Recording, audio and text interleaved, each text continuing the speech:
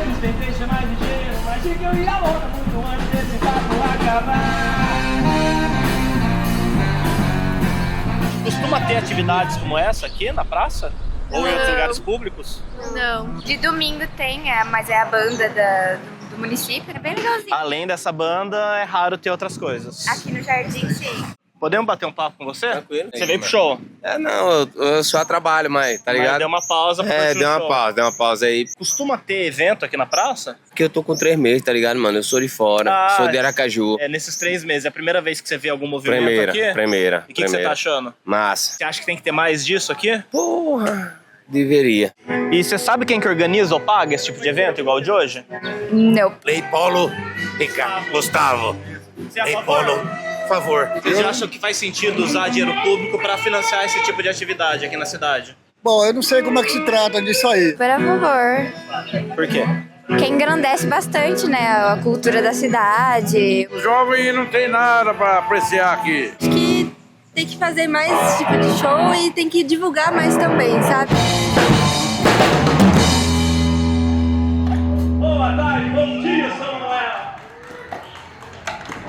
Nós somos a banda São Antônio, original e natural aqui da cidade de São Noel.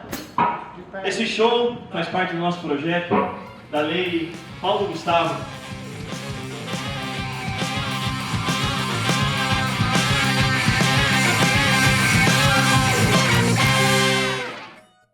Cultura é um direito social inalienável. Todas as pessoas fazem cultura, recebem cultura e oferecem cultura. Uma forma de interpretação do mundo. Cultura seria a alma das pessoas. É a cultura que dá liga, que nos torna humanos. A lei de fomento à cultura, ela tem característica de assegurar essa compreensão da cultura como direito e assegurar que quem faz cultura é a sociedade, não é o Estado. Ou seja, sem uma lei de incentivo à cultura, seria apenas então somente os governos, com recurso público, que definiriam o que deve ser feito. Muitas vezes gasta todo o orçamento da cidade para a cultura para pagar o cachê de um artista. A cadência do samba é o samba da vida, Islã! Na vila! Islã! Na vila! Você é como um enigma, com letras embaralhadas, mas quando decifro, encontro palavras apaixonadas. Seu beijo é intenso, como um poema profundo, e seu sorriso é belo, iluminando o mundo. A ideia de fazer o projeto do Islã na Vila, aqui no Samba Vida, surgiu no ano passado, em outubro. Por ser uma prática que tem muito a cara do Samba Vida, a gente falou, vamos escrever e tentar trazer isso para cá. Os editais de fomento à cultura, né, tanto a Lei Paulo Gustavo, o PROAC, eles são projetos fundamentais, não só para fomentar, para que você faça uma atividade artística, mas também para unir os artistas que muitas vezes existem e não sabem que existem.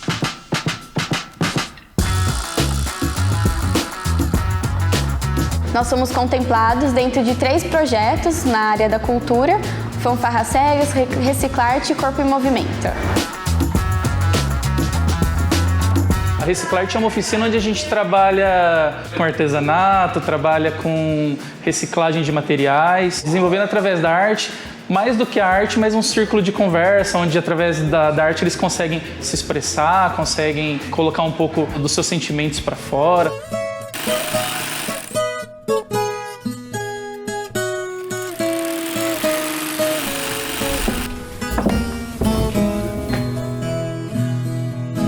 Eu tenho 2 projetos aprovados pela Lei Paulo Gustavo. O primeiro é a restauração do presépio do Irmão Aldo. É um presépio tradicional aqui da cidade que tem mais de 100 anos. A gente sempre montava ele no museu, mas com o passar dos anos ele foi se deteriorando e agora a gente está tentando restaurar.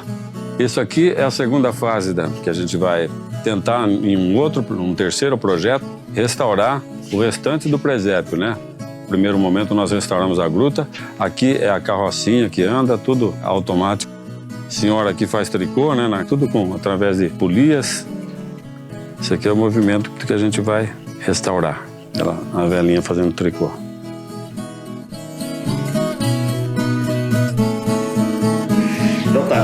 importância das leis de incentivo à cultura e, mais especificamente, como que a Lei Paulo Gustavo impactou o cenário cultural aqui em São Manuel? As grandes soluções ou grandes modificações foram por causa de grandes tragédias. E a Lei Paulo Gustavo e outras leis de incentivo, em função da Covid, que foi uma tragédia, mexeu com a cabeça das pessoas, mexeu com o artista, movimentou, e eles foram atrás dos seus sonhos. As leis de incentivos foram fundamentais, não só para a pessoa ter comida em casa, como todo mundo fala, para ele ter a comida para a alma dele. Ele resolveu fazer um filme, ele resolveu produzir, e especificamente para São Manuel, que é uma cidade de 41 mil habitantes, a importância foi fundamental. Essas leis surgem no momento do grande imobilismo do setor por conta da pandemia, como um socorro para os artistas, produtores, técnicos, educadores, aqueles que dão aula nas academias de dança, nas escolas de música, tudo isso parou. Primeiro surge a Lei Aldir Blanc, eu fui a relatora da lei, esse foi o meu papel. E a Paulo Gustavo, ela surge depois, quando todos já demandavam que a Lei Aldir Blanc fosse perene. Surge no Senado, da bancada do PT, a Lei Paulo Gustavo, preocupados com um recurso contingenciado do audiovisual e que podia, em algum momento, ser utilizado para outros fins. Então, surge a Lei Paulo Gustavo ainda com caráter emergencial, a gente aprova também, mas depois nós tivemos que enfrentar algo pior, que foi o veto do Bolsonaro à Lei Paulo Gustavo e à Política Nacional Aldir Blanc, que foi a segunda Lei Aldir Blanc, que nós conseguimos aprovar. E aí a grande batalha, eu acho que o grande papel que eu jogo na Lei Paulo Gustavo é trabalhar a derrubada do veto. Então, tanto a Paulo Gustavo entrou em vigor, como a Política Nacional Aldir Blanc também entrou em vigor.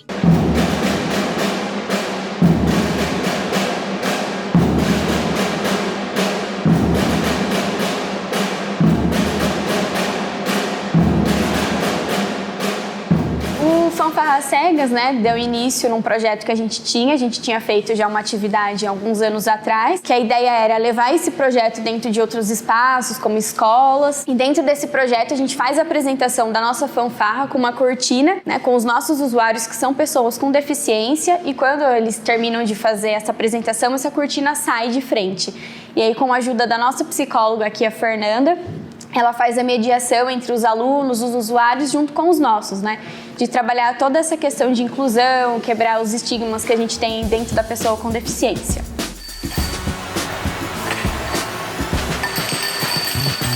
Eu sou o Rafael, eu sou o dono aqui do nosso bar. Ela conhecia a banda Seu Antônio, eles gostaram aqui do ambiente nosso e vieram fazer aqui o Low Creep. Foi impressionante, cara, porque todo mundo, a banda se produzindo, uma pra tocar e tal. Cara, foi muito top, cara. Uma coisa diferente pra gente que estamos aqui do interior, né?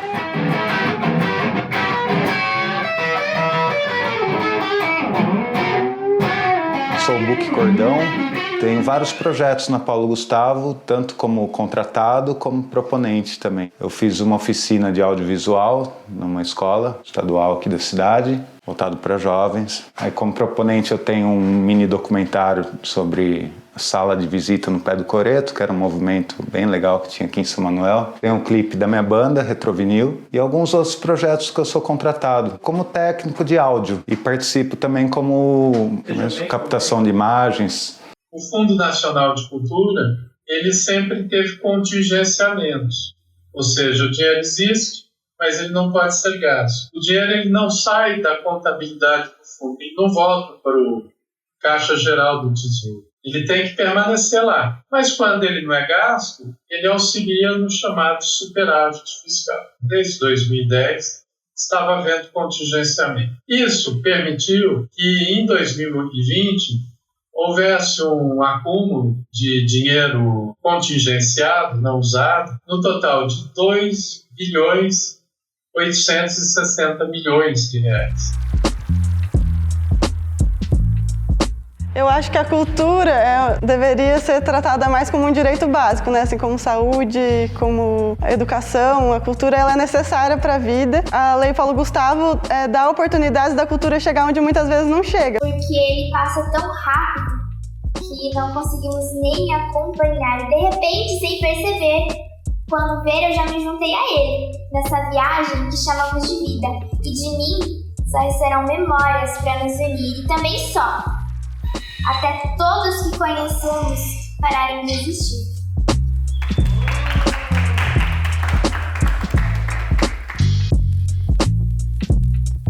Então, o segundo projeto que eu fui contemplado é a história do Cineminha dos Padres. Era um cineminha paroquial aqui da cidade de São Manuel, muito semelhante ao daquele filme do Cinema Paradiso, mas muito semelhante mesmo. O cineminha era a paixão da criançada da época, porque era um cinema onde iam as pessoas mais pobres, os coroinhas, o pessoal que participava da missa entrava de graça, né?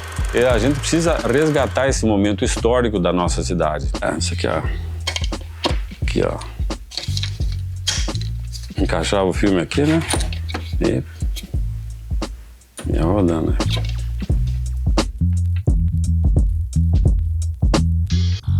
Bom, eu comecei a escrever num momento assim que eu não estava muito bem psicologicamente e eu achei um refúgio na escrita. Aí no Atílio eu conheci o slam mesmo. Eu concorri, fiquei em segundo lugar e se tornou muito importante para mim. Foi uma forma de libertação, porque eu estava numa escola nova, eu estava passando por uns problemas de aceitação e foi libertador para mim encaixar naquele ambiente novo. E eu acho muito importante esse projeto aqui para incentivar as crianças a serem artistas, porque eu acho que falta incentivo no nosso país em relação à arte. Eu acho que se eu tivesse contato um pouco mais cedo, talvez eu poderia ter melhorado mais como aluno. O meu ensino médio foi muita correria, muita coisa perdida, que eu acho que se a poesia tivesse chegado lá atrás, já tinha despertado, já tinha virado uma chave em mim, que virou muito depois, sabe? Cultura é um poder e ela é uma política estratégica, né, que se relaciona, como eu disse, com a vida real, com os valores que a gente disputa, na afirmação do Brasil, né, mas também na economia, né, e com essa possibilidade de desenvolvimento. E o cara que põe a luz vai ganhar. O cara que afinou o som, que colocou as caixas, a pessoa que está na recepção. É uma cadeia de pessoas que movimenta. Qualquer evento, por menor que seja, tem 5 pessoas. O projeto do Presépio impactou a vida de muitos profissionais na cidade. E foi curioso que toda a vida eu mexi com o presépio, eu ia pedir ajuda desses profissionais na manha, de graça, porque eu não podia pagar. Dessa vez, quando eu retornei, os profissionais também já torceram o nariz. E lá vem ele de novo. E certamente eles iam me ajudar. Mas eu falei, agora não, moçada, agora chegou a hora de eu retribuir para vocês todo aquele abraço que vocês me deram. Agora nós temos condição de pagar e pagar muito bem para vocês. Eu mesmo comecei a trabalhar com vídeo devido à lei, né? Comprei uma câmera e tal, lente, tripé, luz, microfone. Coisa muito boa para os atores, para os músicos, para a banda. E também isso daí ela incentiva o bar nosso. Tem outras pessoas que estão lá por detrás, que faz maquiagem, que faz a roupa.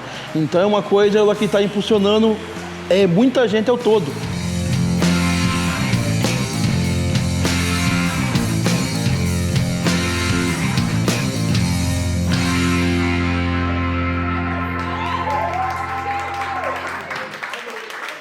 Nos últimos anos, a gente vem vivenciando uma espécie de demonização das leis de apoio à cultura, tendo a Rouanet como carro-chefe. Você concorda com isso? E se sim, você tem alguma ideia do porquê isso vem ocorrendo? Pode falar a verdade? Uma visão neofascista no mundo e aqui também sempre teve como alvo a ciência, a educação e a cultura, sempre. Isso é marca para não formar massa crítica, para não gerar independência, para não gerar maioria política que possa contestar a sua política. Faz parte de uma política autoritária, absolutista, de restrição do pensamento. É uma estratégia da extrema-direita no mundo que percebeu que, para que ela estabeleça o seu domínio, é necessário acabar com qualquer pluralidade e qualquer inventividade, criatividade e alegria. Eu tenho um ponto de vista que é muito amarrado com uma coisa que estava no processo na época que o Gil era ministro, né? Que era assim, ó, tanto a Lei Rouanet quanto o PROAC-CMS, as empresas aparecem como patrocinadoras, mas na verdade o dinheiro é do governo. Então a defesa do Gil na época era assim, pô, se eu vou investir tantos milhões pela Lei Rouanet para a empresa pagar e depois ela bater, melhor que a gente invista direto, como o PROAC edital, por exemplo, certo? E a gente coloque a política do governo funcionando para isso, né? Então as coisas que acontecem dentro da perspectiva da política cultural. Porque quando você joga no mercado, fica no marketing da empresa. Eu acredito que o governo não tem interesse num país culto, num povo culto, né? E isso é muito triste, né? Quando a gente vê que a cultura ela não é levada a sério como ela deveria ser. A cultura vem depois. A cultura está sempre por último. A cultura está sempre lá embaixo. Então a gente carrega estruturalmente por esse déficit educacional, cultural que a nossa sociedade tem, por diversos fatores históricos, por abandono muitas vezes do poder público também em diversos momentos. Então a gente carrega essa ideia de que a cultura no Brasil ela é uma coisa que não é importante. As próprias leis, elas já fazem um certo trabalho de memória e de registro histórico, né? Porque elas se relacionam com pessoas que são personalidades artísticas e de memória dos tempos que a gente passou e de memória das políticas que estão sendo construídas desde o comecinho dos 2000, cara. Para a gente pensar no que o povo, que os munícipes sabem do passado, da história de São Manuel, não é desanimador, não encontro a palavra, mas porque mais da metade da cidade, mais da metade não sabe nem quem foi Tunico e Tinoco. Sinto uma tristeza, uma vontade de chorar, lembrando daqueles tempos que não mais vai de voltar. Imagina a dificuldade do Tunico e Tinoco morando em São Paulo e tendo que cantar a vida inteira a música que fala do ranchinho, não sei o quê, de uma vida que ele não levava mais, cara. E aí você perde o quê? A gente perde a perspectiva de ter a dinâmica da atualização cultural, né? Que a cultura é um negócio que não é estático, né? Ele é dinâmico, né?